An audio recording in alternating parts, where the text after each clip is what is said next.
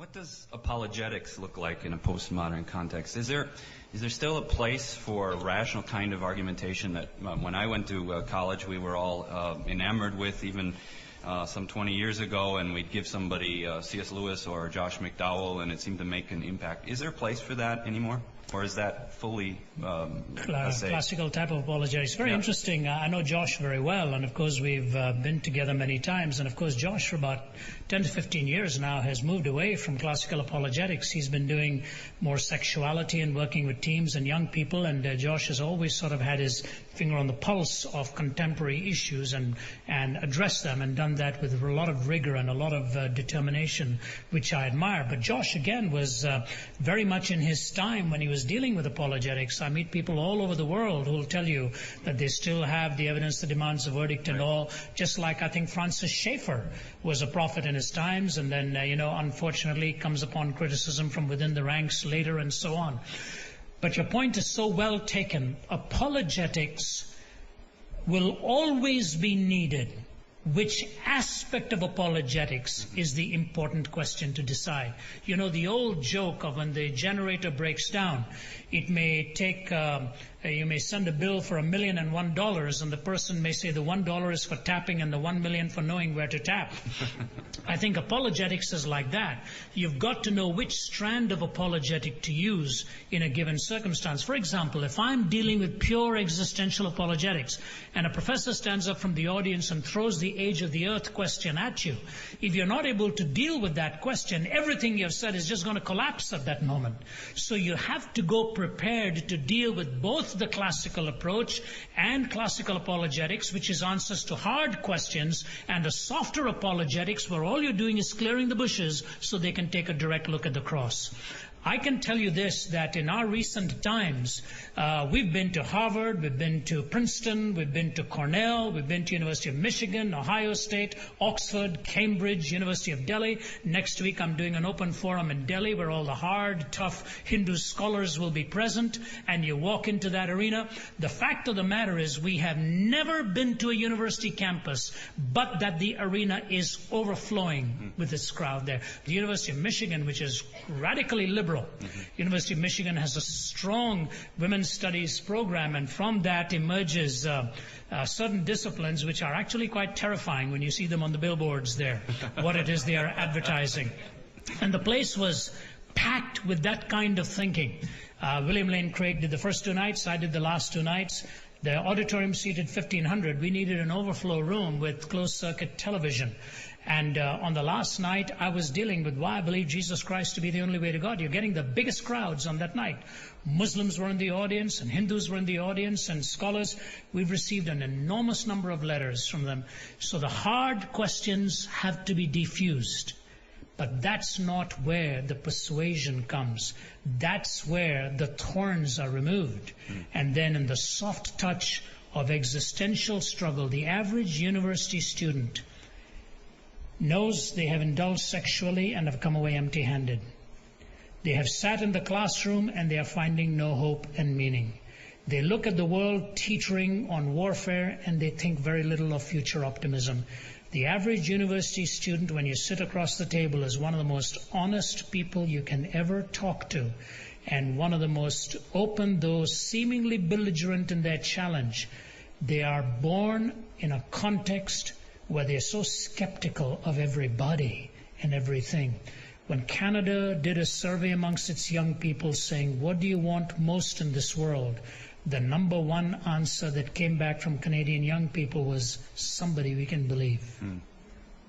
So when you're dealing with apologetics, you have to come very well prepared with the diversity of it. Having said all of that, let me say this. C.S. Lewis was successful the day he delivered his lectures, and is successful till this very day because C.S. Lewis knew how to harness the moral argument and how to touch the imagination and how to tell a story. And when you can bring those three together, he will survive Aquinas and Leibniz and all of them, as wonderful as they were. We've touched on moral argumentation and imagination, storytelling, narrative.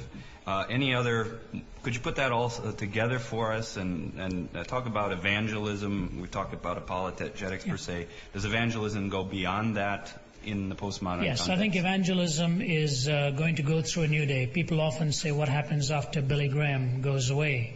My answer to them is always, why don't you go and ask Billy Graham who made Billy Graham?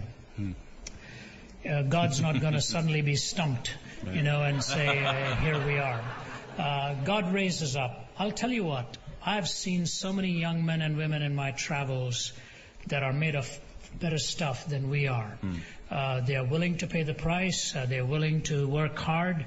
Talbot Seminary today, Talbot School of Theology, has the largest crop of philosophy majors of any university in America.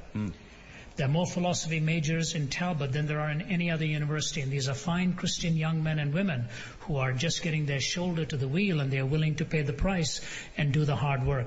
So we're going to need philosophical training. We're going to have good people dealing with what I call the underpinnings of argument and issues. But I think where we are going to need an awful lot of very careful thinking is one of the most powerful instruments in our world right now is the instrumentality of music.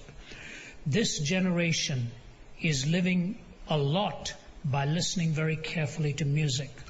And that's why I think even the churches that are strong on worship are drawing people. Now, in the midst of that, we need to remember, therefore, two things. Number one, we ought not to forget in the midst of that there is an older generation that we dare not marginalize. The church sometimes runs the danger of going so much after the seeker that they are forgetting the one who's already been found. And if you don't minister to the one who's already been found, you are liable to produce a twice as strong skeptic as they were before they were found. Because they will come in and say, I came here, looked for it, and it is really not here. So how do you blend this? I look at it this way. It is my thoughts that make me sing, and it is my singing that helps me enjoy my thoughts too. So somewhere the pulpit is going to have to be strengthened. If the pulpit is not strengthened, then I think we will end up with young people that desperately wanted to hang their imagination on some solid thinking, and we have not given it to them. Seminaries will have to rethink their entire courses on preaching and how they teach preaching. Can I take a moment and illustrate it here? Sure. I have a philosophy of argument, and it is this. There are three levels at which you argue. Philosophy comes at the first level of theory, pure argument. You need to understand Socrates, Plato, and all of those to understand pure argument. But philosophy also comes at the second level. It comes at the level of the arts. It was Andrew Fletcher, the Scottish political activist, who said, let me write the songs of a nation. I don't care who writes its laws. So philosophy level 1 is argument. Philosophy level 2 is drama and the arts and music. Philosophy level 3 is kitchen table conversation. Your young son looks at you and says, Dad, what's wrong with living in such and such a way? And if you say to him, son, the Bible says what you may think is your strongest argument is actually the weakest argument in his school. If he stood up in the midst of his classroom and said, but my dad says the Bible says, they'll go look and say, come on, grow up. This is not a place to bring that into it. So you've got level 1 argument, level 2 arts, level 3 have a kitchen table. I used to, in my course in apologetics, say argue from level 1, illustrate it from level 2, and apply it from level 3. Okay? Bring the argument, sustain it from the arts, apply it around the kitchen table. If you just jump straight to level 3, you can talk about preferences for sexuality or ice cream in the same conversation without giving legitimacy or sophistication to either. So what I think our church needs to do is strengthen level 1. We are focusing on level 2, where the arts, the drama, and all of that is growing, and thankfully it is growing, because that's bringing the young people in. But if we don't present the argument at this level, very soon you will lose the mind in the process, and you do not want that to happen. So our whole process of where has liberalism come in? Look at what's happening in the Episcopalian Church today. You know, the liberal wing is taking over. It's on the verge of a split on these matters, and the man who has got his PhD, gone to a liberal seminary, and comes and argues against it, wreaks havoc, and the conservative scholar to stand up and argue against it. You're looking around and there's not too many around to find them. We need to retrain the way we think and how to intelligently present an argument on these matters.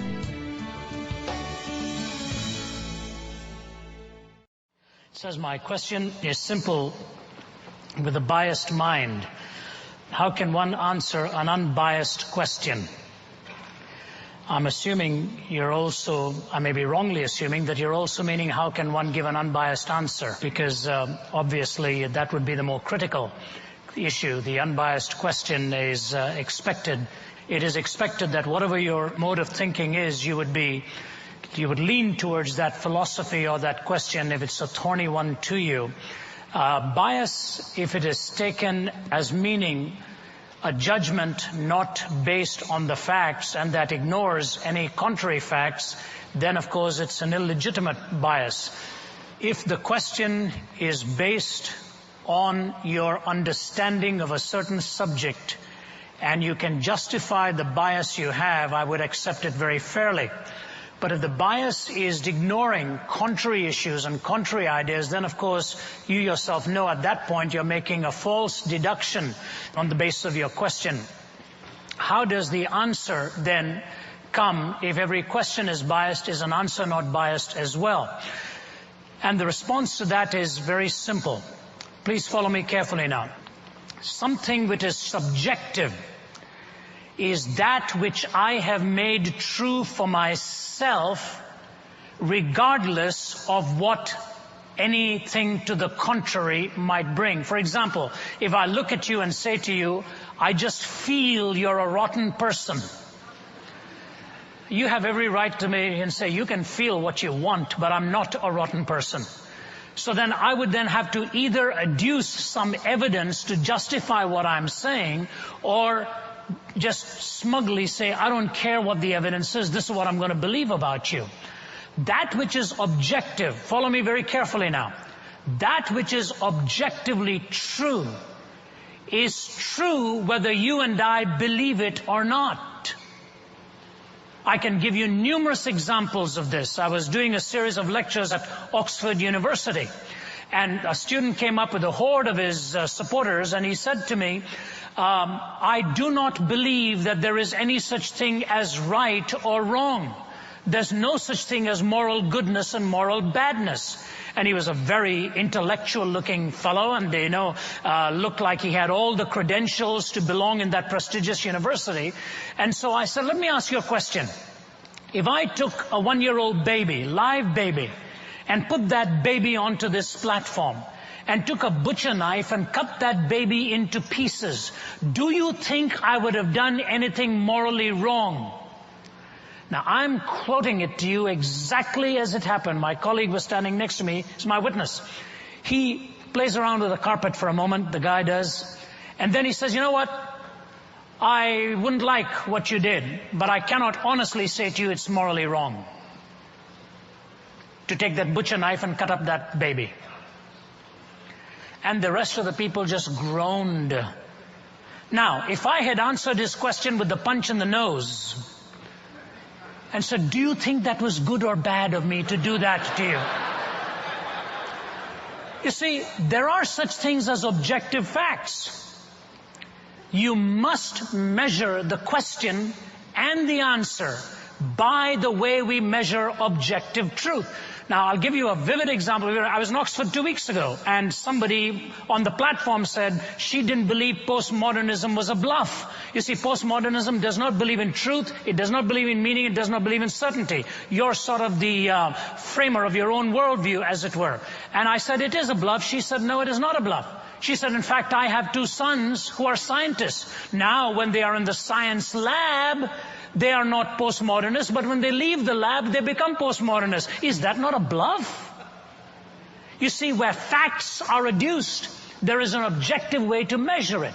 And so what I say to you is a question can be biased in the sense that suppose you saw a terrible tragedy in your life. Your loved one was just cruelly murdered or something like that. There is going to be a bias in your heart, but it is a bias born out of an experience that you felt and saw happen. What you need to do is to see whether the answer given meets objective criteria as well, and not to become a person whose life is dominated by a single idea which is biased only in one direction. Our hearts lean us in one direction, the minds tell us to step back and be objective. And I'll tell you what, the objectivity of the existence of God and the answers to the 4 questions, origin, meaning, morality, and destiny. Let me say it this way. Only within the theistic framework can those 4 questions be answered objectively. If you deny God, you will some stage become purely subjective. That's why G.K. Chesterton said, God is like the sun, you cannot look at it, but without it you can't look at anything else. And he said to the modern skeptic, their God is like a moon, scrutable under a telescope. He said maybe that's why the moon is the patron body of all lunatics. What he meant was there is an objectivity to the person of God and subjectivity when you deny it. Why is it that there are some people who are chosen and others who are not? How is that fair? What if it's just not meant to be for some people here tonight? Then it's not really a message or a gospel for all people, just the elect. Allow me to give you a little bit of a joke. Calvinists, don't kill me for this, please. And don't judge my theology by this joke either. Did you hear the guy, the Calvinist who fell down the stairs and got up and dusted his knees and said, thank God that's over with? You're using a term here that is theologically laden. It's weighed down by a theological perspective, that there are some who are elect and some who are not elect. The best way I can answer that for you is this. Unless you fully explain this term, it is not fair for me to try to unravel the mystery for you. Let me answer it in the best way I know how. There are 2 or 3 passages of Scripture that remind us that there is a balance between the sovereignty of God and the responsibility of the human being. For example, you see in Acts chapter 2, Peter saying something like this, that which God had foreordained from before the foundation of the world, sovereignty of God, you with wicked hands have taken and crucified, the responsibility of the individual. Paul goes on in Philippians to say, work out your own salvation, responsibility of the man. For it is God that worketh in you both to will and to do of his good pleasure, the sovereignty of God. Jesus said offenses must come, sovereignty of God, but woe unto him through whom they come. God, in this marvelous symmetry of life, gives us the blend between divine sovereignty and human responsibility. We create problems when we think we know where one ends and the other begins.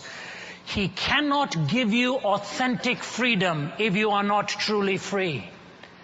Freedom to be authentic must be legitimate freedom. But that does not mean you are absolutely free, that you have unbounded freedom. For example, there are presuppositions and then there are deductions from the presuppositions. He says, if you honor me, I will also honor you. Can I dishonor him and expect him to honor me? No, we cannot change the validity of a premise and a conclusion. So we're not free to become arbitrary. And just in case you think God is so absolute that he can do anything that is mutually exclusive, that is not so. God is a God of order and design. He cannot make square circles because by definition the two are mutually exclusive. He does that which is definitively possible to do and is able to do it. And he gives us the parameters of freedom so that there is legitimate freedom. All I say to you is this: the person who didn't come here tonight is not therefore free from being exposed to a gospel message. I want to say this as carefully as I can, and I hope I don't offend you. But a large number of men and women today, in certain parts of the world, I shall leave the primary religion unnamed, but it's a fact that a large number of them, under the heel of this particular worldview and religion that threatens you with death if you are converted, a large number of them are still coming to Christ through dreams and visions in the privacy of their own room. My wife and I were in one country that I shall leave unnamed. A young man in his early 30s from this completely different worldview and religion. He was in the mafia of that country and said to us he was trained to kill without feelings. He escaped. He forged passports for a living with this country. He said, I can make you a passport from anywhere in the world you ask me to. And he said this, for 7 years in a row, every night, I had a dream about Jesus. 7 years in a row. He committed his life to Christ. He's studying in seminary now, preparing to go back undercover into his own country. I suppose he's going to make a passport for his own country to get back in there. So my wife said to him, what's the biggest difference since you came to know Christ? He said, well, I have to say the first biggest difference was when I came to know him, I stopped having that dream. And my wife rightly said, because you now have the reality. He said, that's it. What a character he was, full of life. And God reaches them so they don't have to be here tonight. He, in numerous ways, reaches them. And there are many. I was in a hospital room. I wasn't in a gospel meeting. And I'll tell you what, you may go back, even some of you may go back very skeptical tonight, and you may be sitting somewhere one evening when God will bring this very message back to you and tell you what about it. And he'll find you.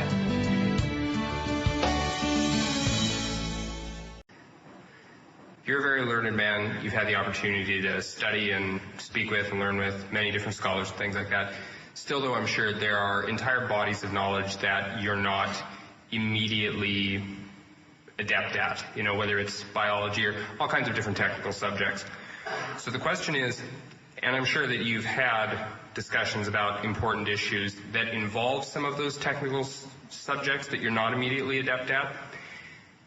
In talking with somebody like that, given the fact that these kinds of discussions are important, but given that some of the technical issues are relevant to the discussion, how can you enter into that discussion and have it respectfully and not simply have it end with, well, you have a PhD in biology and I don't, or you read this technical journal and I didn't. I think you get the idea what I'm saying.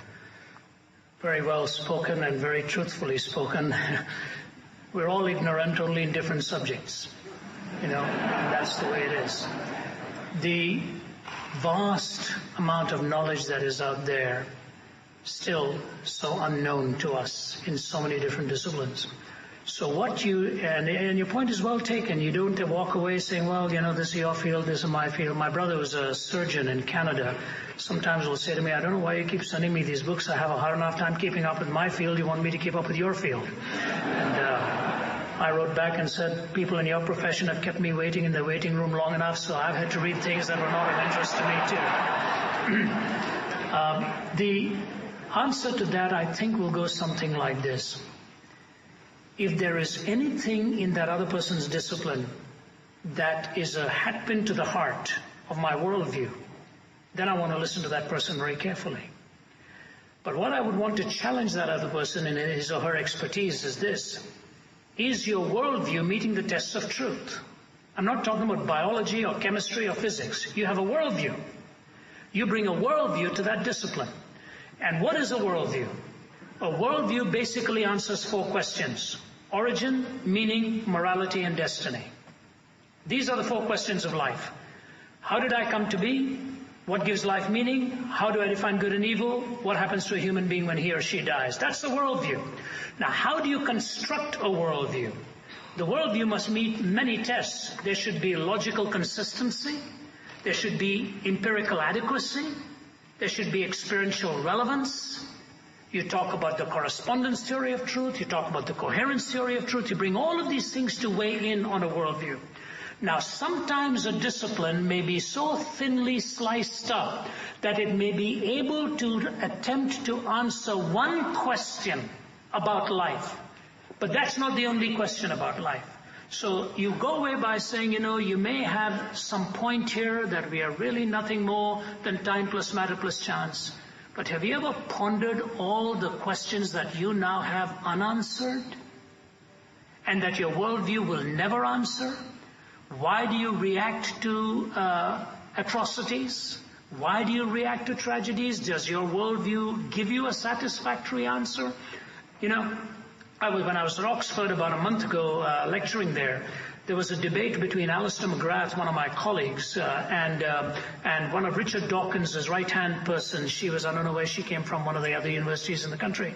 And Richard Dawkins' whole theory now, which he doesn't defend, by the way, in public, but he only writes about it, is that religion is a virus that has entered into the software of the human mind and must be expunged.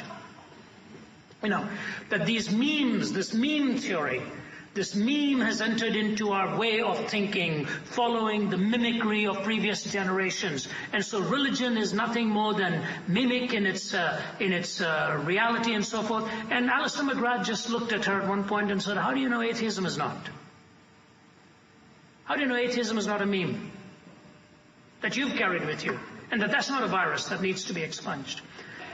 And the audience just roared with the question. You cannot just foist something like that to explain away people's belief systems and so on. So when you take one discipline and push it to the ultimate limit, it is an irrational way of dealing with ultimate reality. You need the metaphysician, you need the physics, you need the chemistry, you need the biology. To me, all of these converge into the mystery and the marvel of God's creation.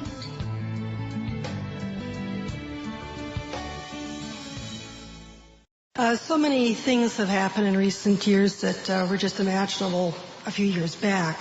I'm wondering now, with the relentless march of secularism and the rising Islamic radical threat of radical Islam, what do you see the issues being, say, 10 years from now because of this? Where will we be?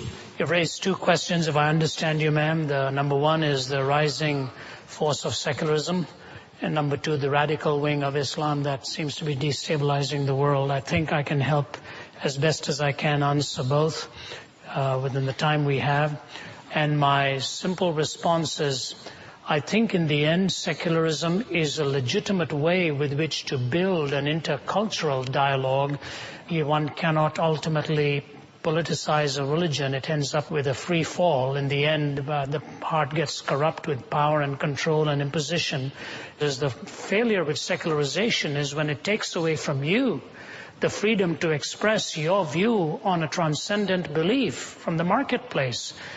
I think the universities have to come to the fore here. I'm all for, if a professor does not believe in God, he is free to pontificate on why he doesn't believe, but he should also give the student and other professors the freedom to tell you why they do believe. So I think secularism is a fair arena in which to operate. But if secularism blocks out counter perspectives, then it's no longer just a worldview, it's an ideologically driven prejudice that will undermine society completely. So with secularism, I think that's the Achilles heel. In the whole idea of the radical Islam movement, one of the hardest aspects of this movement is that the many of those who are not in the radical ranks grieve over it. They have no idea what to do with this. But when I talk to moderate Islamic audiences, and by the way, I've talked to many of them very, very personally. I've talked to the Grand Mufti of Jerusalem, had 1 hour with him alone. He's the third leading Islamic figure in the world. Mecca, Medina, and then Jerusalem. We had some pretty animated discussions. I spoke to Sheikh Talal, who was the co-founder of Hamas. We were in his home for 3 hours and discussed these things openly with them. And I think the problem with the radicals is they silence the moderates in a hurry. In my book, Light in the Shadow of Jihad, I've listed about 5 Islamic scholars, good Islamic scholars, who wanted to open up the Quran for critical studies, all of whom have vanished off the face of the earth. Ali Dashti from Iran was a devout Muslim, but he did not believe in some of the things that he was being told and wanted to open it up for discussion. So I think the answer is this. Just like the Bible has been scrutinized, evaluated, and we are all game for that, if any book that claims to be the sacred private right authority for all of life, then it should be open to scrutiny. And until that happens, you will never really be able to evaluate its veracity or its falsehood. So I think if radicals are really that confident in their belief, they should open it up for study, but whether they will or not, only time will tell. One thing that is happening, by the way, a lot of young people are rising up to the fore. I can't go any further than that right now in telling you. A lot of youth are rising up in some of these countries gradually and demanding the fairness of the freedom to believe and to disbelieve. And I think until that happens, it will not be able to claim any authority over life except power and control. And the way we do it is we have to dialogue. To their credit, whether it's Syria, Lebanon, Jordan, they invite me to speak, and I leave it up. Places are packed like this. In the University of Jakarta, they expected 200, 3,000 showed up. And I was on my feet for 3 hours. What do you do to keep your edge, to keep up to date and so forth? Yeah, you know, A.W. Tozer, when he came to Toronto, his assistant looked at him rather intimidated once when there was a kind of a who's who that were at the reception. And his assistant said, Dr. Tozer, I really feel ignorant in a group like this. And Dr. Tozer looked at him and said, Bill, just remember we're all ignorant, only in different subjects. And so really, it's what you are committed to, studying. When I watch somebody working the keyboard at a computer, I feel like a total idiot because my hand just does not work with the coordination that theirs does. I feel called to this kind of ministry. I was burdened for it for many, many years. And so I just put my mind to studying, understanding that the challenge is not even studying and understanding. As the years go by, it's retrieval. How do you recall what it is that you've read? And I think, Joel, the truth is that with each generation, I think the Lord places his hand on some for certain tasks, and if you respond to that call and work at it, God in his marvelous way uses you in spite of yourself. Yeah. Well, thank you for that personal note. That helps us, I think, all to understand what our role is in our specific area, just to keep on top of things. Exactly. You mentioned, and I thought this was an interesting idea, maybe you could expand on it. You said postmodernism is not so much a coherent worldview as more of a mood. Can you clarify and expand? Yeah, and you know, there are different responses that people make to the postmodern philosophy. I don't think I'll be gainsaying William Lane Craig's comment is that it's just been given too much a press. And I think the reason I said what I did is that it was sort of a reaction. And so it was not a concerted, distilled philosophy that was birthed on the basis of a studied set of precepts that fit together. It was conceived more out of a reaction to the dryness of rationalism and the other extreme of romanticism. One was so focused on the brain, the other was so focused on the emotion, that postmodernism sort of said it was a been there, done that philosophy. What happened was it came on the heels of a response to a literary theory. And if we understand that what postmodernism did was sort of piggyback on a kind of literary criticism of the text, and what the textual critic was doing was taking away the authority from the writer and the text to the reader. Just as happened in theological studies and historic studies, as revisionist view and all of that, postmodernism then became, I think, snowballed as big names, Jacques Derrida and Michel Foucault, and then you've got even Richard Rorty, the philosopher, came on. Once a big name like Rorty as a philosopher joined in, sort of it now had its credentials, and gradually the system took hold and became conceived as a worldview and as a way of looking at what I call language, truth, and logic. It came on the back of linguistic criticism, language criticism, and then became a way of looking at all of reality. Yeah, well, thank you. And what about truth? We've talked a little bit about that, the definition of truth. You said, began on that first evening by saying there's no truth, or that's the approach of postmodernism. But it seems to me that we can perhaps dig deeper there and ask, do they have some concept of truth? Is it a complete denial of truth? Are postmodern philosophers so naive as to say no truth at all, even when they know that statement itself is a truth statement? I think that's a very good way to put it, that obviously they are not that unaware of the very assertion that there's no such thing as truth may be self-defeating if you don't have something other than that with which to defend what you're saying. One of the ways to put it is this way.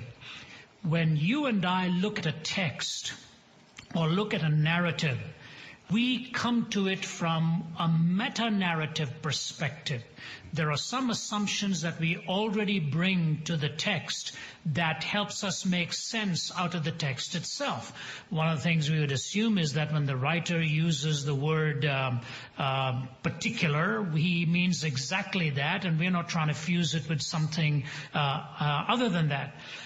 Postmodernism came and basically threw away the meta-narrative. Mm-hmm. There is no superstructure on the basis of which to look at the text itself. And there is no way to make absolute statements of a metaphysical nature, particularly issues of goodness, of virtue, of religion, the existence of God, the nature of self. These are metaphysical matters. And they said that you cannot possibly have a single vision on that theory and say this is the absolute nature on that particular subject. But then it went further down because it also reacted against science. And what postmodernism did, I think, to its own detriment was it was one thing to have cast skepticism of a meta-narrative on metaphysical issues, but to have cast suspicion on a meta-narrative on empirical and scientific issues was basically ultimately to have the wind blow it back into your face. So it was not so much naivete as much as I think, that's why I think it's a mood. Yeah. It's a case where they will selectively accept certain statements, but remove from you the right to hold a meta-narrative. The Christian worldview is a meta-narrative. Right. And they will say you have no right to bring that. It is not self-sustaining or one that is able to defend itself. Here's a statement that I wrote down that I think will define for us in tangible terms. It may sound like a difficult statement, but listen to me carefully, because I think this is the way they would hang their case. It is a move against truth. It is a move against meaning. And it is a move against certainty. Just bear that in mind. A move against truth, a move against meaning, and a move against certainty. Now here is their own statement. It is based on an epistemology, and I'll define those terms for you. It is based on an epistemology that holds to the limitless instability of words. What is epistemology? Epistemology is that discipline which deals with how you know something to be true. Episteme is the Greek word for knowledge of a truth. For example, if we say such a thing that there is a red car parked outside on the driveway of this hotel, epistemologically the person will say, how do you know that to be true? And in that particular statement, we can say, well, this is an empirical fact. Walk down the stairs with me, take the elevator, we go to the driveway. If we agree that that's the driveway and we agree that this is red and agree that this is a car, here's the red car parked in the driveway. So epistemology deals with how you know something to be true. Now, various disciplines have different epistemological methods of finding out. How do we know Hitler ever lived? How do we know water comprises of 2 molecules of hydrogen, 1 of atom, and so on? Their disciplines have ways of investigating their truth claims. The truth claim of postmodernism is based on an epistemology, a method of knowing truth, that holds that there's the limitless instability of words. Texts are stripped of their meaning and words are given no point of reference. Now that, I think, summarizes it in a way that best exemplifies what it is about. Now, I'd like to carry this a little further here as you put your thinking caps on. And follow this carefully, because it is really very critical for us to understand why they are going against language. Why they are attacking words. Because if there's the limitless instability of words, this becomes a very unstable book. There is nothing stable about its revelation. One postmodern writer followed these two arguments, because when you link it, you'll see, Joel, the connection of what it is you have raised. One postmodern writer takes the chapter of Isaiah 44, verses 14 to 17, where the prophet is criticizing idolatry. and he takes that text and describes what it is that Christians have done with the knowledge of God. Here's the postmodernist writing. In Isaiah 44:14-17 it says this, "All who make idols are nothing, and the things they treasure are worthless. He cuts down cedars. Some of it he takes and warms himself. He kindles a fire and bakes bread. But he also fashions a god and worships it. He prays to it and says, 'Save me, you are my God.'" And what this writer turns to say is that what believers in God have done, have taken half of the wood of reality with which to bake bread, and with the other half of the wood they have manufactured a god. Is not this thing a lie? He raises the question. The person critiquing him comes back and says, the writer failed to realize how close his own case was to that of the pagan whom he was lampooning. The idol worshipper had constructed his idol with wood. The postmodernist author made his God out of words. That was the only difference. See, what the pagan did with wood in reshaping it into an idol, the critic of the postmodernist says, that's what you have done with words. You have taken words and built an idol out of this. And is this thing not a lie itself? So there is a breakdown. There is that hiatus. But hidden in that breakdown is the recognition that their worldview allows for that breakdown. And the contradiction that they rejected in rationalism, they did not want to apply to their own worldview. When did the postmodern era begin? There are specific, we've talked a lot about philosophical developments and philosophical personalities that have contributed to it. Are there any historical developments as well that contributed? If there is a turning point, there very seldom is. I think these philosophies grow. You know, when did existentialism begin? Did it begin the writings of Nietzsche? Did it begin the writings of Kierkegaard?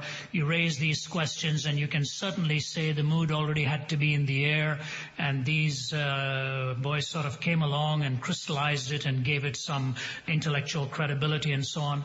But it is interesting that with postmodernism, they talk about it more as when modernism ended and launched postmodernism. Technically, an average writer will say something like this. The modern era went from 1789, from the storming of the Bastille, to 1989, the falling of the Berlin Wall. And postmodernism sort of was ushered in after 1989. That's for the want of a simpler landmark. They certainly, as a phenomenal point of reference, they'll say the modern world sort of was put to bed. We were tired of the rationalistic movement, and we are introducing our own epistemology, our own way of measuring things. And I've got a couple of overheads here that I think will help underscore. And whenever you're ready for that, I'll be happy to put that on. Why don't we see that? Let's do it this way then. First, let's look at this. And I don't know if you'll be able to read it. The one that he's got on, we'll look at first. The first principles of postmodernism. Take a look at what it is they believe on these particular issues. The discipline of logic. Postmodernism says objective reason is a myth. The laws of human thought are not independent of society. These laws are cultural in nature, arbitrary constructions of society. They are ultimately rooted in language. You see that connection to rhetoric out there. Their view on philosophy. Knowledge of truth or reality is grounded in society. There is a sociology of knowledge, which means society conditions your knowledge. Societies construct reality, power determines truth. Societies construct reality, the power determines the truth. Words do not describe reality. Correspondence theory. What do they mean by that? Technically, give me your attention for a moment. If you'd gone to a modernist philosopher and said, how do you define truth? He or she would have given you two tests for truth, the correspondence theory and the coherence theory. Particular statements asserting themselves to be fact will be measured by the correspondence with reality outside. And after all the statements of fact are put together, there is a coherence expected from them. This is done in courtrooms. This is done in any interrogation. Particular statements must correspond to reality. The totality of statements must cohere. If there is a contradiction, then you begin to question it. So what the postmodernist is saying is very simple here. Words do not describe reality, so they get away from the correspondence theory. Words create reality. Those who believe in absolutes are guilty of philosophical tyranny. Now, is that an absolute statement? Be very careful in this argument, because it'll sound like a game of words, but it isn't. And I know if you're not comfortable in this kind of thinking, it may be intimidating, but please don't be intimidated by it. I realize that this is not within everybody's comfort zone. Relativism, listen to me very carefully, which denies absolutes, makes the statement that all truth is relative. But think of the statement, all truth is relative. I was debating a philosopher once when he made this statement. I said, your statement either includes itself or excludes itself. If it includes itself that all truth is relative, then that statement, all truth is relative, is also only relatively true, which means it is not always true. All right? It either includes itself, which means it is not always true, or excludes itself, which means it posits an absolute while denying that absolutes actually exist.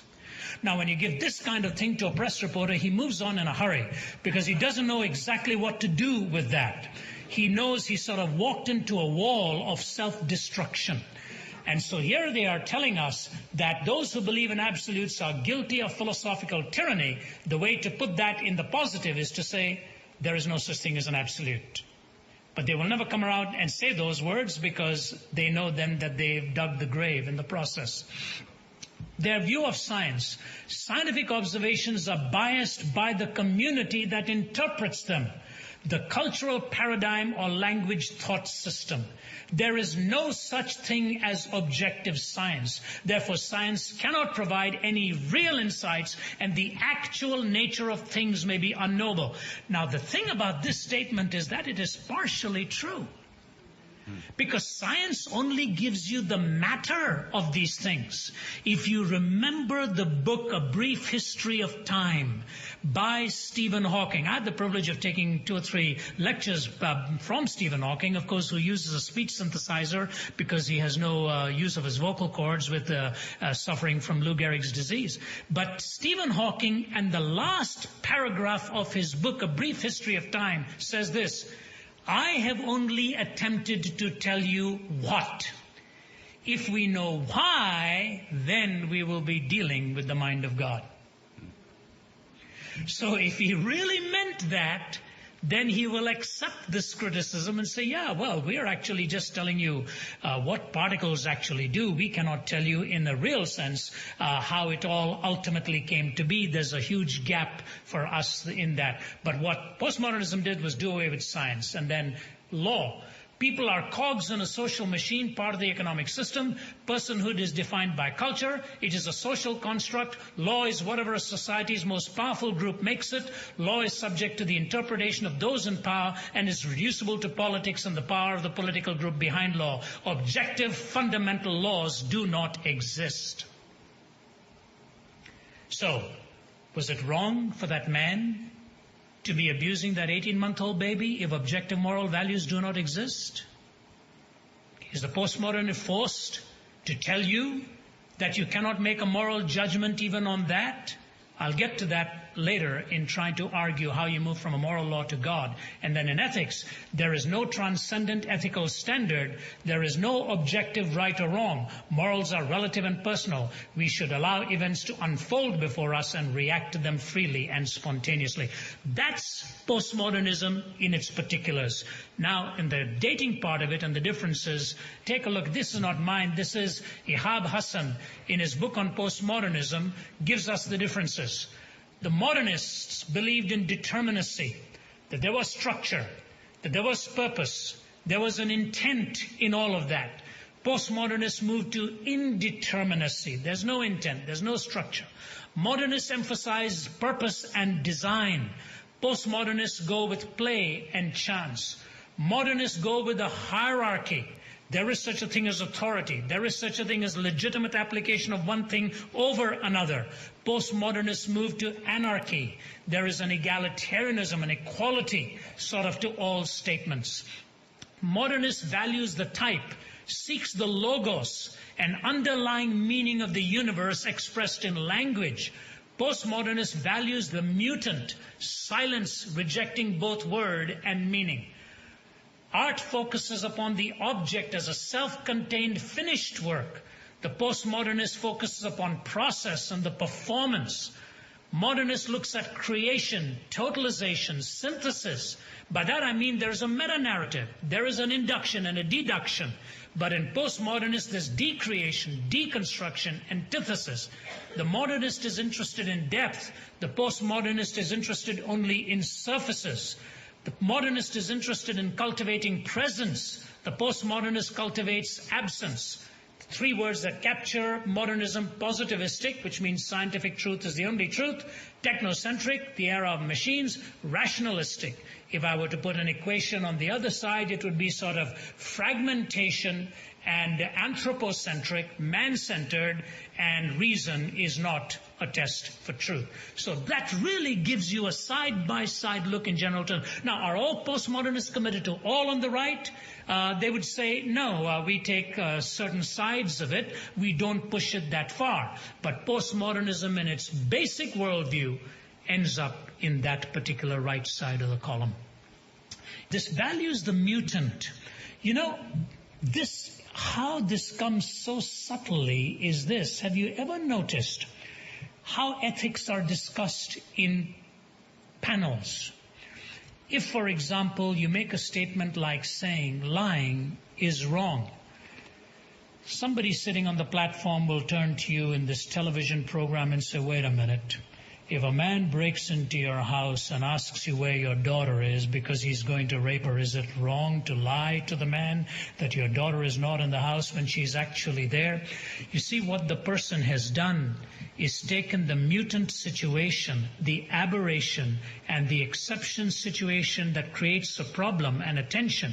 And while it does create a tension and a particular challenge in dealing with it, what they then do is extrapolate that and make it normative for every situation. You follow the sleight of hand movement, and that's a step that the interviewer never bothers to go with. I had one person saying to me on an interview once, is it important to always speak the truth? I said, you want me to answer your question truthfully, or can I lie right now? And it just kills the conversation. You know, where are we going to go if we can just selectively choose? This extrapolation of the mutant into making it normative is a very sleight-of-the-hand move in postmodernism today.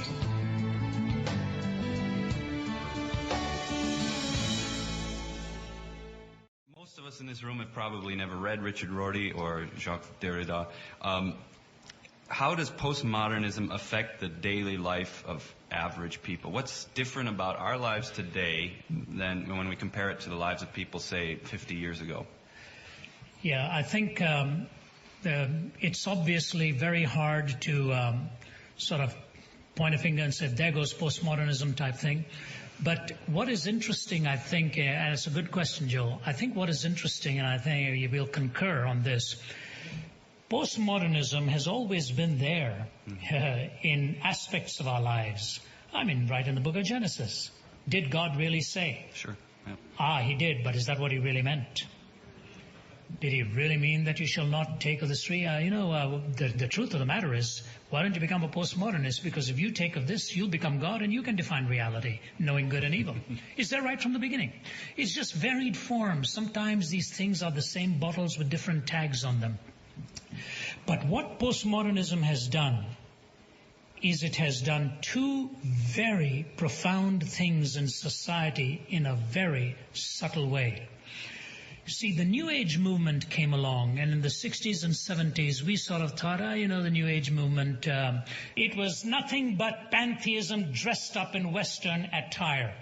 As New Age took hold of the West and spirituality became denuded of absolutes, postmodernism comes along, and with language games that it started to play, it began to give legitimacy to that which was already being done. So I think it was always there. Right. And all it does now is, whether it's a lifestyle that you want to carry on sexually, or whether it's a moral thing you want to hold, all you need to say is, well, this is the new way of thinking. This is postmodernism. By giving it a tag academically, we are justifying the deviant tendencies morally within us, and that's what we have really ended up doing.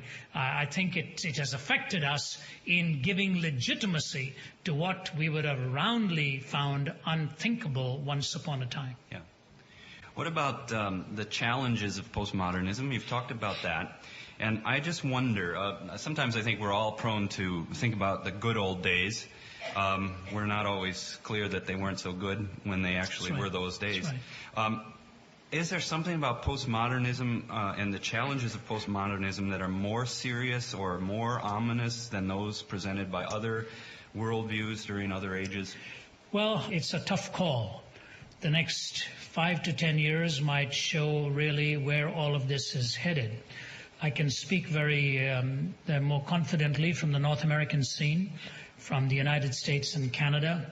I think what is happening today, for example, in defining sexuality and what is acceptable and what is unacceptable, in the whole abortion debate that we went through, what is right and what is wrong, to say whether we go through this and, we will come out all right, or is this something that we really need to look at more carefully in its impact. The truth of the matter is that a lot of lives are going to be lost in the process while we are finding our way out of this morass and out of this mess. I was talking to a press reporter, which will well illustrate my answer for you in this. I was doing a series of open forums at Indiana University in Bloomington, and ABC news crew came and they wanted to tape those lectures, but the woman who was heading it up said, we will only be able to do it for about 10 minutes or so because we have a limited amount of time. I said, that's fine. Once I began my talk, I noticed the crew wasn't moving, and they stayed for the entire 3 hours. And after it was over, the producer was a very fine woman, was walking with me, and it was dark by now. We were walking back to our respective hotel rooms and so on. She said, I really appreciated what you had to say. It's very thought-provoking. She said, can I ask you a personal question off the record? I said, so you're telling me what I say to you will not go into your presentation? She said, no, it won't. I just want to know this for myself. She said, I have many arguments against the Christian, but my chief argument is this. I do not understand why you Christians talk so much against racism and racial prejudice, but at the same time you're highly prejudiced against homosexuality itself and the homosexual. So I said to her, I respect your question, I appreciate it. I said, first let's position it one for one, so that we are talking about racism as an idea and homosexuality as an idea, rather than talking about the person in one case and the idea in the other case. I said, here's my answer to you. I said, in racism, we believe it is categorically wrong to be prejudiced against a person's race, because a person's race and ethnicity is sacred. Whether you're a black, a white, a yellow, or brown, or however you want to describe us. I said, my ethnicity is sacred. I didn't choose it. It was given to me by God. It's a sacred thing. No one has the right to violate it. I have no right to violate somebody else's ethnicity. And she was nodding. I said, it is inviolable by virtue of the fact that it is sacred. I said, so my question to you is, how do you treat race as sacred, but you desacralize sexuality? I said, the duplicity may be on your side of it, not on the one that you're criticizing. We treat sex as sacred, and it is inviolable. It doesn't, you can't just say treat it any way you want. I said, but in alternative treatments of sexuality, that's what you're asking us to do. I said, you're asking us to treat one as sacred and desacralize the other. You're asking us to be duplicitous, and that cannot be so. There was silence, and she said to me, I've never ever thought of it in those terms. So what is happening now, Joel, this recent move in America now to legitimize same-sex marriages, which Canada is already one step ahead of us in all of these things, this kind of slippery slope to which postmodern epistemology comes to bear, that we cannot bring older ways of measuring this, be it modern or pre-modern or biblical or any other thing. This air that postmodernism is giving for the relativists to breathe in may end up with huge titanic shifts in our culture, the reversal from which may take generations to come to correct. So its present impact, I think, is enormous, and we ought not to underestimate what this will do to the laws of the land and the redefining of cultural plausibility. Yeah, great. There are at least a few areas, some would argue, in which modernism seemed to serve as a catalyst for the church, to help the church correct certain false views that they held. I think of a geocentric view of the universe or of slavery. And modernism helped to kind of shed light on that and help the church correct a sinful view that was commonly held in the pre-modern era. First of all, would you agree with that? And secondly, does postmodernism throw light on any impulses of modern Christianity, which are in fact unbiblical? I would half agree with the statement that modernism came as a corrective. Modernism, undergirded by a lot of Christian thinkers, corrected the aberrations in politicized Christianity.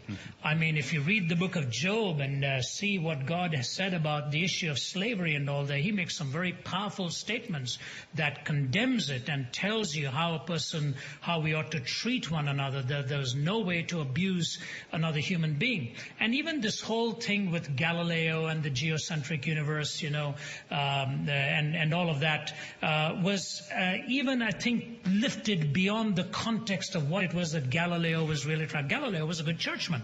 And Sir Roy Peacock, who teaches at the University of Pisa in Italy, put that all in perspective. His whole area was the area of thermodynamics, and he gives the actual story of what happened with Galileo and so on. So if modernism served as a corrective, it was correcting only in as much as the Bible had already given those views as the corrective that needed to be so. So it was not like a secularized modern consciousness supervened upon a Christianized consciousness and corrected us where we were wrong. Where we had gone wrong is the church had become a political power, and the church was not willing to allow the interpretation of the scriptures as the scriptures themselves warranted. We took certain grammatical principles and abused them in the process, and ended up with a geocentric universe and so on, and all of the problems that came. But the fact of the matter is, in modern times, those things came about, and Christianity took a hit on the jaw. And what was the Scopes trial and all of that actually made it look like that we were a band of ignorant people and uninformed and so on. And we're still reeling from all of that, which is unfortunate. Therefore, we have some work to do in correcting the distortion that is out there. Sure. Postmodernism, is it serving any correctives in the modernistic framework and so on? I think the answer is correct, yes.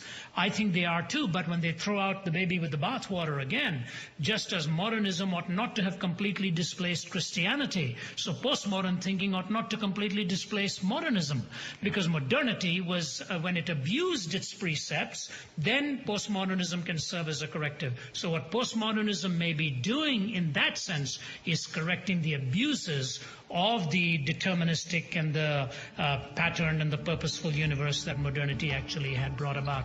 That's a very valid point. I think these correctives are important, but what happens is when these correctives come and say, because you were wrong on point B of point 2, I'm going to throw all your 10 points out. That sort of thing.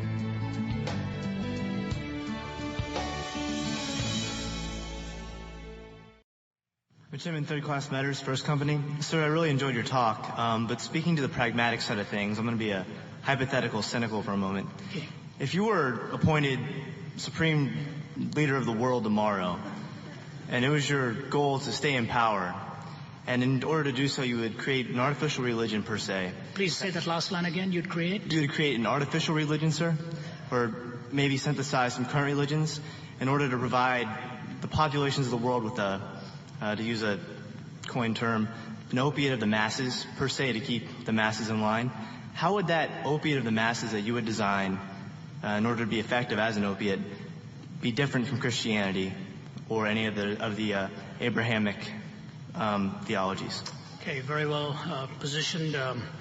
That's why I always marvel at how brief a time we have for questions and answers. First of all, I hope your hypothesis never comes true. The world will be in a pitiful condition if I'm the supreme leader of it. I've had a hard enough time raising 3 children, leave alone raising the world here. But then your second contingency is fascinating to me. If I'm understanding you right, you're asking me if I would give some kind of an artificial religion in order to provide an opiate for the people. So you're talking about something other than the Christian worldview? Sir, if you would reference it from the Christian worldview, how would you make it different than the Christian worldview? Okay. Marx suggested this, and I'm just drawing off of him. Yeah. Well, of course, Marx's idea of the opiate of the people is very fascinating, and those who followed his ideas have caused more havoc. The men and women who have said that religion has killed an awful lot of people haven't done their counting properly. If you go and see the tens of millions that irreligion has killed, it is not only terrifying, it is a reminder of the fact that even when a religious person does behave in contrariness to his or her worldview, which may be a peaceable one, at least you've got a point of reference by which to judge whether that person is in keeping with their worldview or not. But an irreligious person falls to the trap of what G.K. Chesterton said, that the problem of disbelieving in God is not that a person ends up believing in nothing, but that a person ends up believing in anything. Why is it the opiate of the people? It is only the opiate of the people if it drugs you away from reality. It takes you out of reality.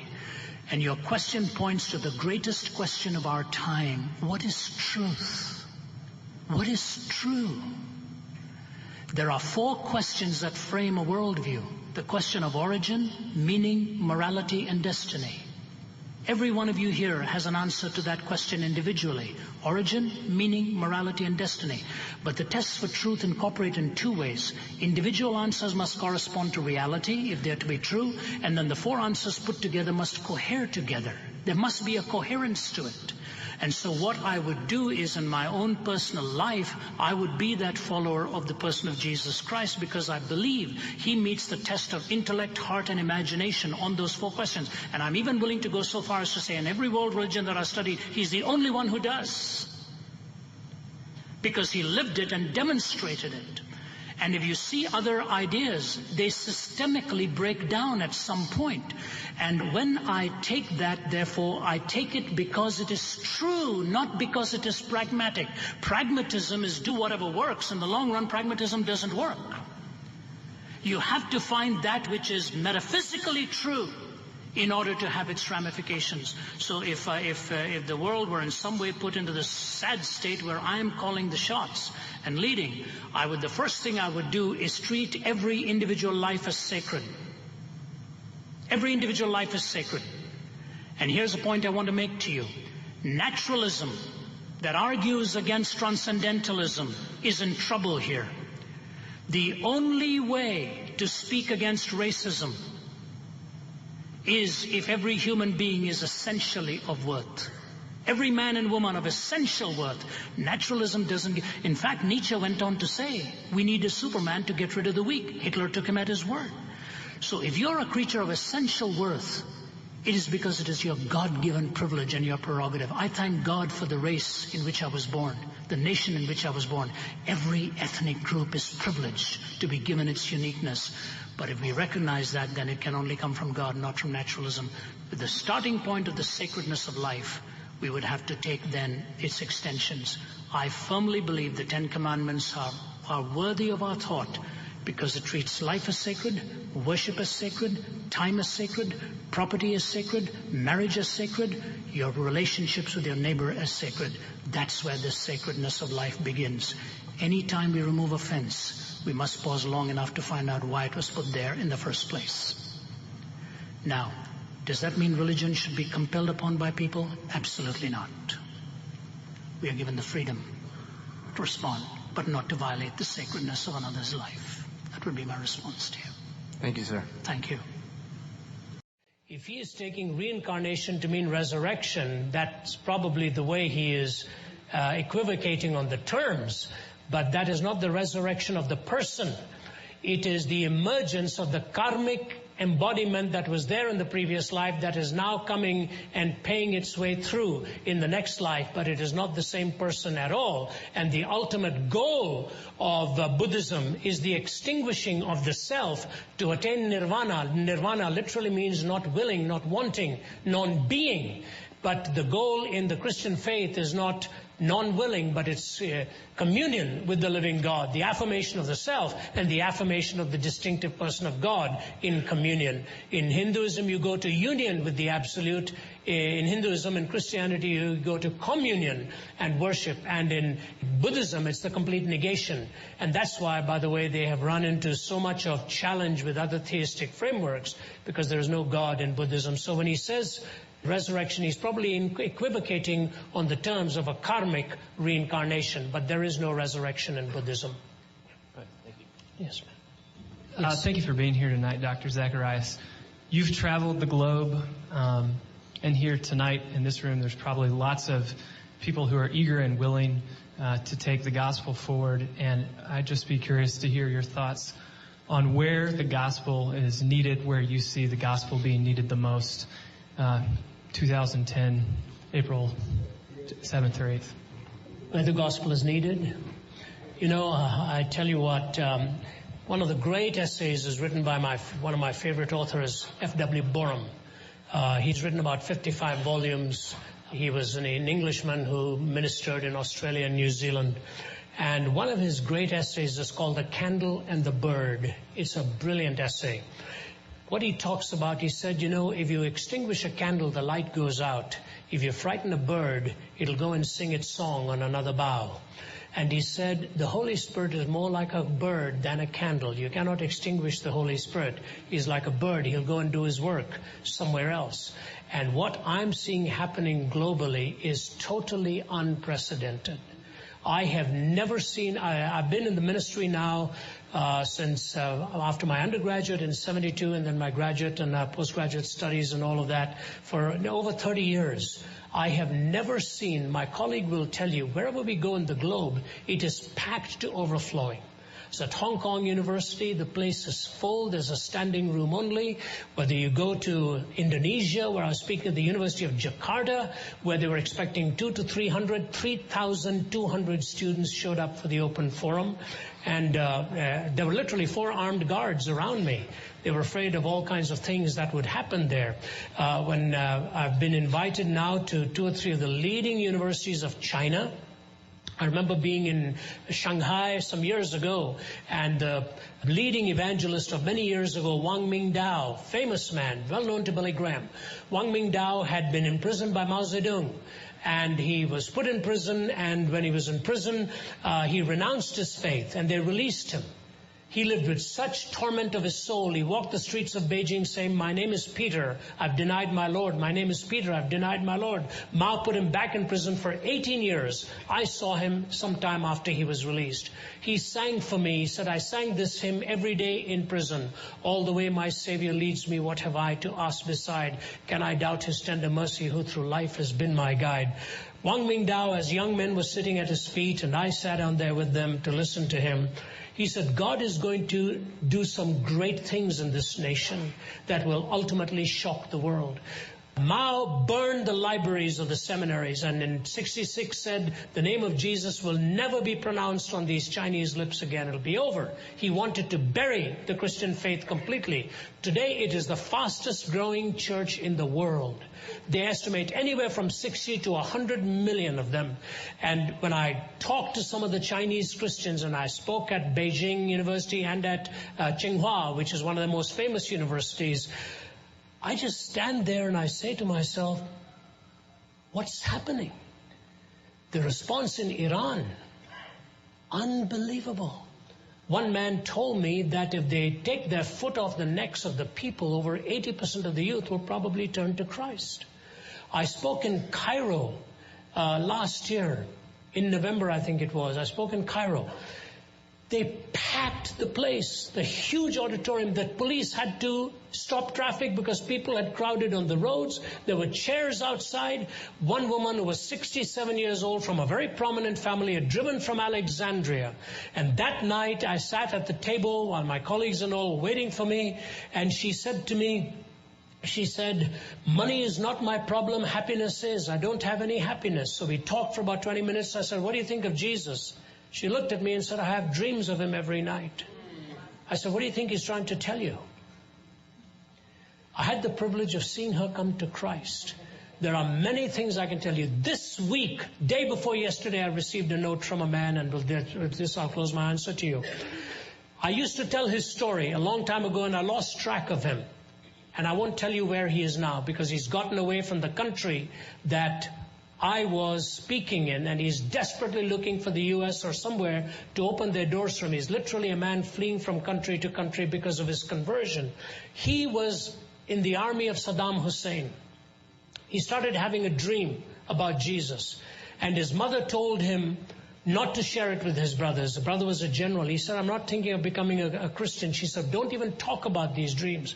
He said, Mr. Zacharias, he said, I knew how to do two things. I knew how to kill people without feelings, and I knew how to make false passports. I said, my goodness. And then he said, I had this dream for 7 years in a row, every night. And then he points to this businessman in this country we're sitting. My wife and I are listening to this. And he said, this man said to me, God is on your trail, you know, on your trail. This fellow gave his life to Jesus Christ. I said, what are you going to do? He said, well, I make passports. I'm going to try and get back somehow. I said, no, don't try it that way, please. But now he has fled to another country because the police are after him for his conversion. He's a marked man. 7 years in a row to have that dream of Christ. Do you know, in the Islamic world, so much is happening. You'd be amazed at the invitations that we get. And I have to be very, very careful. They are warm, they are friendly, they will ask all their questions. The leading Shiite sheikh in Damascus, Syria, had a 3-hour dialogue with me in front of a television camera. And at the end of it, he looks at me, he kept calling me professor the whole time. He said, Professor, maybe it's time for us in the Muslim world to stop asking if Jesus died on the cross and to start asking why he died on the cross. Wow. The Middle East, India, China, incredible things are happening. And from what I hear from my colleagues, things are happening in Europe too. And the time is ripe where it is going to be happening here too. And God is prepared. American heart has been so generous over the years. God is not going to abandon this nation. He's got some great plans here. And young men like you and young women who are on the ball serving Christ, I think you'll see some great revivals in this land. And let's all be part of taking that gospel. And you don't have to be in the ministry to do it. You are in the ministry whether you like it or not. No matter what you do, we're all the light of the world. And maybe in the secular business world, that light needs to be taken. Great things are happening. The church is growing because we know a God who rose again from the dead. And they will never be able to bury this faith. He knows the way out of the grave.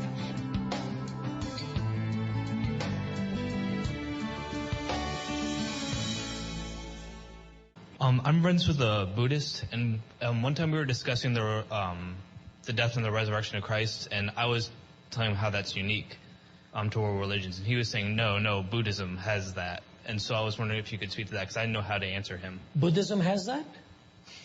Is that what you said? Yeah, that's what he said. Oh, my.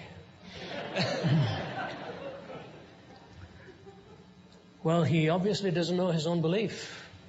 It's not true. Absolutely not true. I don't know where he's basing this on. You can go to the place where Buddha died and preached his last sermon and all of that.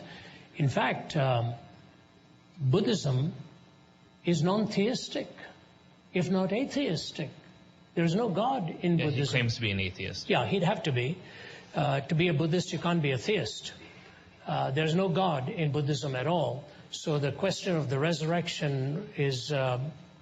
you'd have to ask him where he got that from, because there's no text in any of his sermons, any of his talks in the three Pitakas or whatever. And in fact, it would be very strange that that be a resurrection, because they don't believe in the essential I. In Hinduism, they refer to the ultimate self as Atman. And that's why when they say Mahatma is the great spirit, Atman is the self.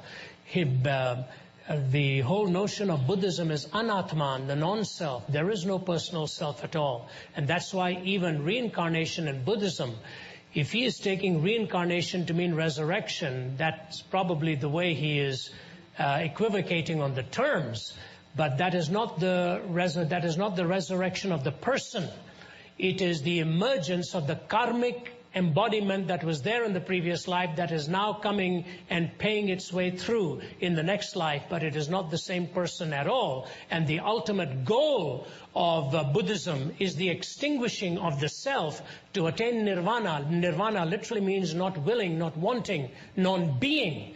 But the goal in the Christian faith is not that non-willing, but it's communion with the living God, the affirmation of the self and the affirmation of the distinctive person of God in communion. In Hinduism, you go to union with the Absolute.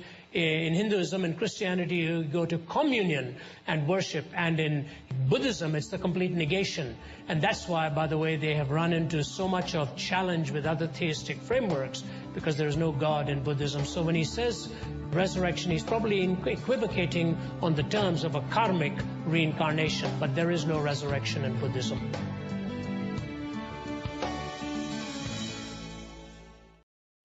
What is so unique about the Bible? Why is the Bible our unique hold and revelation of truth, as opposed to some of the other holy books? I think there are many different ways in which the Bible is unique. One is both in the coherence of the story, given the time factors in which it was authored. When you look at the enormous time gaps between the early parts of the Bible and then the final conclusion of the pieces of the New Testament, and yet you find, particularly if you look at it through a literature mode, the coherence of a narrative story that flows through it. It's quite spectacular that someone, a little book like Ruth, connects into something like the Gospel of Matthew, or the story of Exodus connects into the book of Romans. And you find people without correspondence with each other who are writing and yet captured ideas, concepts, and a cosmology of history. So I think that the uniqueness of the scripture is that, unlike the Quran, where you have this series of one person author and a series of fragmentation aphorisms dictated, as far as, well, at least through the one voice, but then under critical studies it looks like it comes from many different sources. There's not that the coherence, the connection of the story and the narrative, the seamlessness from such diverse authors in different locations in different time spaces. So I think that's one dimension. There are many, many others. Adding on to that, along the same lines, referring to this unity amidst diversity, I was a lit major in college, studied literature, and when you look at the different genres of literature you find in the Bible, there's apocalyptic literature, didactic literature, history, poetry, allegory, parable, all kinds of literature, a great variety that's shown, and yet they're interwoven together, intensely unified, and still maintain one central theme, and that's salvation, and one problem, and that's the sin that we find in humanity, and one Savior that's anticipated in the Old Testament and revealed in the New. So we see that beauty of unity amidst diversity among the different literary genres and theme. I think as you add the list of many, it's the only worldview, and Stuart dealt with the worldview issue, the only worldview that answers life's four fundamental questions with correspondence and coherence: origin, meaning, morality, and destiny. Islam has made such inroads into the world. But when people tell you, for example, Islam is the fastest growing religion in the world, it isn't. Be sure it isn't. I said this to the Grand Mufti in Jerusalem, and I thought he was going to lop my head off. I said to him, it is not. I said it is the fastest growing enforced religion in the world. I said, take your foot off the necks of the people and then give us the statistics and we'll find out. It may not have been very polite, but it was true. You have to find out what it is why it is that's being followed. The second thing I want to say about Islam is this. They do not even allow you to critique their scriptures. How can you critique the Quran when you don't know Arabic? You are eliminated from the playing field. You cannot take a religion seriously that doesn't even allow you to critique its authority. And if it wants to be taken seriously in the world of the academy, then it must allow its scriptures to be analyzed by its own scholars. But anytime their own scholars analyze it, they vanish from the face of the earth. In my book, Light and the Shadow of Jihad, I've listed 6 of them who just disappeared. The Bible allows you to study, to scrutinize. And the rock musician I quoted, why do we never get an answer when we're knocking on the door with 1,000 million questions about hate and death and war? That song ends by saying, I'm looking for someone to change my life. I'm looking for a miracle in my life. Interestingly, his questions dealt with propositions. His answer came into a relationship. And the Christian faith is the only one that offers you that relationship with the only one who lived without sin. You can be sure what's happening. They hit us with the cosmological attack, they hit us with the design attack, and there was nothing left for them to hit except this one major argument, the moral argument. And so they thought if they could make Jesus look immoral, or like you and me, they'd knock off every argument. But the life of Christ was spotless. The thief on the cross says, this man has done nothing amiss. Pilate says, I find no fault in this man. Jesus looked and said, which of you convinces me of any sin? Never a life lived like his. Put it alongside any of the other founders of any major faith, you will find there is no life like that of Christ. And he offers a relationship with God through himself. That is a very unique offer in the world of faiths and the world of worldviews. How do you respond to someone who says that all religions are basically the same? I mean, what really differentiates Jesus from Buddha, Muhammad, or other religious figureheads? The notion of all paths as long as they get to the top of the mountain to where God is, it doesn't matter what path you take. What approach should a person take in answering that question if they're a follower of Christ, or if they're not a follower of Christ? What differentiates between? What they're doing is they're comparing it on the common denominator of the moral law instead of doctrine. But you don't compare religion based on the moral law. You compare religions on doctrine. And when you do that, you find that they're completely different when it comes to the origin of humanity, the nature of sin, the nature of salvation, the afterlife. Those minor little things, if you throw away all those things, then they're exactly the same. But so I would say the easiest thing and the first thing to do would be explaining the tendency to point to the moral law, which is written on all of our hearts. That explains why there's a similarity. And instead, looking to doctrine. I agree with that. I think that we do that, as we were saying, by comparison. I mean, it's easy to make a statement like that when you've never actually looked at any of the religions in question. A superficial exploration of Islam and Buddhism would show that they're not anything like at all. They're very different, both in the questions they ask and how they answer them. But when you run through the rubric of the kind of core questions about the nature of ultimate reality, what's wrong with the world, how do we fix it, that's where you see the real differences, and the differences make a difference. We have to move back to the bigger question that's being asked by all religions. And so indeed you would expect that many different attempts to answer those questions would come from different parts of the world. That itself, I think, is explained within the Bible. As people go from the answers that was given, the miraculous revelation of God, reject that, then they have to turn to other sources. But I think comparison is definitely the method. And as Alison said, the doctrines are a clear way to show what they talk about ultimate reality, about what's wrong with life, and how they answer it. And how well do they measure up to criteria? Does it fit the worldview test questions that we talked about earlier on? I've made the comment that they will say all religions are fundamentally the same, superficially different. It is the reverse that is true. They are at best superficially similar, but fundamentally different. I just tell the person, you're being very disrespectful to all of the religions of the world because none of them would agree with you. Buddha rejected Hinduism because he rejected the Vedas. He rejected the caste system. Muhammad rejected the historic creeds of the Christian faith, the death, and Islam rejects that Jesus even died on the cross They say they just thought he died. He didn't actually die. Somebody put Judas in his place to look like him, and they think Jesus actually died. This kind of stuff. So it is possible that all of them are wrong. It is just illogical that all of them are right. You have to weigh them against the truth, and they show complete disrespect. Now, the one religion, Baha'ism, tries to tell us that they're all saying the same thing and they're all inclusivistic. But Baha'ism also excludes the exclusivists, and in that sense becomes exclusivistic itself. So you really cannot make that statement without violating all of them in the process. And she's right. The truths that emerge have to be compared, and Stuart has reinforced that idea. We have to examine the fundamental questions that they've answered. Why should everyone in this room be utterly convinced that Jesus Christ is the only way to salvation, to everlasting life, to heaven? I think your question is the most important question in life. Who is Jesus? Is he really who he claimed to be? Buddha never claimed to be divine. Muhammad never claimed to be divine. Even Krishna only claimed to be one in a series of avatars. Jesus claimed a finality that none of them did. I'm the way, the truth, and the life. No one comes unto the Father except through me. Question is it true?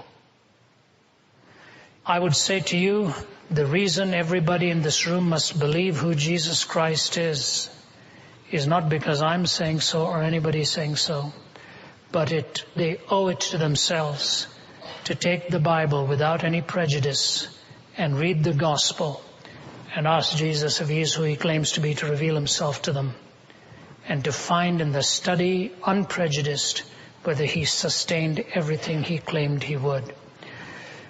Objectively, he is the truth. Existentially, he fulfills. I was 17 years old in Delhi when life bottomed out for me. I was not a good student. I wasn't going to make it. My father looked at me in the eye one day after a vicious beating that he'd given me and said to me, "You are going to be an embarrassment to this family. You're going to be a loser. You're going to make nothing of your life." I was rattled. I was literally beaten emotionally. I don't often talk about these things publicly because I don't want to be unfair to him. He has passed away now. But it's true. And I decided to end it all. I was a student at the University of Delhi. One of my buddies had taken his life the previous month. In India, this is not uncommon during examination time. I lay in a hospital bed, poisoned, not sure if I was going to make it. And a man walked in with a Bible and gave me a little red New Testament. I couldn't take it from him. My body was dehydrated. My mother took it from him. Her English was not that fluent. He opened up a page and he read it to her. He said, "I want you to read this," because she wanted him to leave. He wasn't allowed in the intensive care. She read to me from John chapter 14, which Jesus said to Thomas, who was the apostle that went to India and paid with his life. Jesus said to him, "I'm the way, the truth, and the life. No one comes unto the Father except through me." And then he went on to say, "Because I live, you also shall live." That line hit me. What is he talking about? I knew it wasn't biological life. And I said this, "Jesus, if you are the author of life itself, give yourself to me, and I will leave no stone unturned in my pursuit of truth." I walked out of there 5 days later, a changed man. When I found Christ, along with my sister, my brothers and sisters came to know the Lord. My dad came to give his life to Christ. He became a brand new human being. That's why I can tell the story now. Why should everybody here follow Christ? Because I believe he's the truth. He'll make a difference in their lives that nobody else can. And they can intellectually and emotionally find that bridge. It'll be the greatest moment and the greatest beginning for the rest of life. And the hope that Jesus gives, he is uniquely qualified to give. I have written a book, and with this I'll close with you. I've called it Walking from East to West, God in the Shadows. I took the second part from the American poet's lines. Truth forever on the scaffold, wrong forever on the throne, but the scaffold sways the future, and behind the dim unknown standeth God within the shadows, keeping watch above his own. God is in the shadow of every life. If you will pause and give him here. God is like the sun, said Chesterton. You cannot look at it, but without it you can't look at anything else. And if you find Christ, everything you study here will take on richer and greater meaning, to say nothing of your life itself. I've said that longer than I should have. I'll take one final question here, ma'am, from you, and I'll linger for a few minutes more, ma'am. Honey, how are you, my friend? Very good. Kya haal hai? Take it. I'm glad you're back. Yeah. I like you. Go ahead. Go ahead. All right. The Christian faith stresses a lot of love, a lot of forgiveness, and you were just speaking to that gentleman about how he will judge everybody rightly. However, what really troubles me is this. Christian dogmas all concur on this one thing, that all of us are born with this original sin. Correct. This thing that we just inherited from Adam, and we are just born with it when we're born. And then when Jesus talks about it, and he's in the crowd, everybody's asking, how do we inherit the kingdom? He brings a little child and puts him on the throne. It says you have to be as innocent as that child to inherit the kingdom. He never said it. Nothing about original sin, nothing about the Trinity, him being God. He stressed two things. That love thy Lord, my Father and your Father, and love thy neighbor. That's the only thing he came up with. But the reality is that when you look at Jesus, you see, first of all, what he said to the people who refused to come to him. He told them that they were of their father, the devil. When he talked about the human condition, he very clearly described it, and you go all the way through the Sermon on the Mount, and you will see that the standard that he set is impossible for any human being to attain. And he said also very clearly, as he described very precisely in the book of Romans, in Romans chapter 3, that all have sinned and come short of the glory of God, and there is not even one righteous, no, not one. If you believe that statement, you must believe that what the Apostle Paul is telling us there is precisely what he understands the Christian to be, one who is a sinner.